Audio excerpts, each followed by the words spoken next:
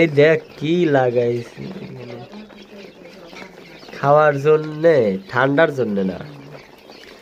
দেখা যাচ্ছে কত সুন্দর।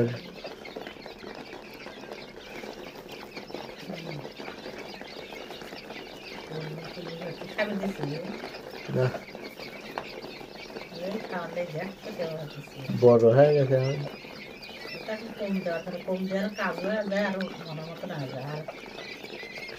খাওয়া দিলি পারে খাওয়া যায় না।